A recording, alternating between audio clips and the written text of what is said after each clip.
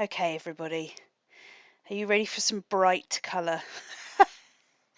Because today is all about splatter, and there's something wonderful you can do with either acrylic ink or watered down acrylic paint, and I'm going to do it with both because today the prompt is splatter. What a marvellous thing to do.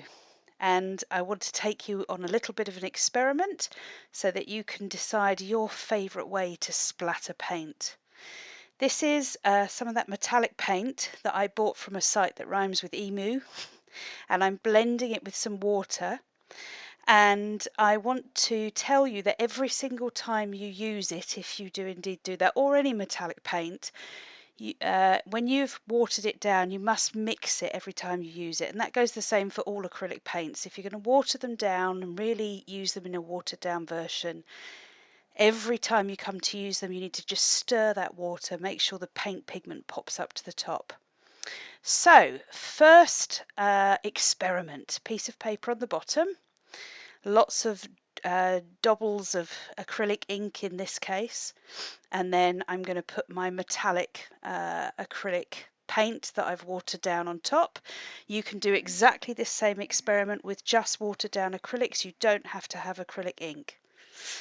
So this is the first experiment, just doubling it down, and then I'm going to get a piece of paper on the top of there, and I don't want you to do what we often do with this. I don't want you to put it down and then carefully smooth it. I want you to put a piece of paper on top, grab your hands and splatter down. Really smack your hands down, nice and firm, because we're looking to make that ink push its way across. And in fact, on none of these experiments do I do the gently, gently, softly approach. It's really about splattering them down, and you get these amazing bands of colour. They're sort of dots that you'll see. You get like these little frondy ridges. Okay, experiment 2. We start off exactly the same way. Lots and lots of dobs of colour, and I've got a blue acrylic ink. I've got a golden yellow, which actually looks far more orange to me. I've got that metallic-y purple acrylic paint that I've watered down, and also a bright pink acrylic ink. And I spot that down, and now we're going to get a stencil involved. So the stencil will come into play in 2 different ways. Experiment number 2, we put the stencil in the middle, and we take our hands and just smack down again, splatter down. You need to splatter a few more times because you've got to try and get the ink to come through to the page above, but no smooching, right? No gently, gently smoothing. You need to really smack it down. This is a great project to do if you're feeling a bit feisty. Smack, there you go. Pat it down, really making those colours kind of explode underneath. You've got to imagine that you've got, I don't know, little peas under there and you're trying to smash those peas. This will give you the stencil imprint in quite a kind of erratic way. It's quite nice. It does come through. You get these interesting shapes. So, experiment 3. I'm going to start off exactly the same way. Little dobs of colour, acrylic ink first, and then that watered down acrylic paint, the metallic one. We're going to put the stencil on top, and then we're going to spray it with water. And then instead of smacking down with our hands, we're going to smack down with a heavy object and leave the heavy object there for about an hour. So here's what happens. And there's a really weird chemical reaction that happens with the metallic paint when you put a stencil on top of it, which is, for some reason, the metallic pigment rises to the top and you get these really lovely crusty bits of metallic acrylic paint. I don't know why, it just happens, but it's great fun.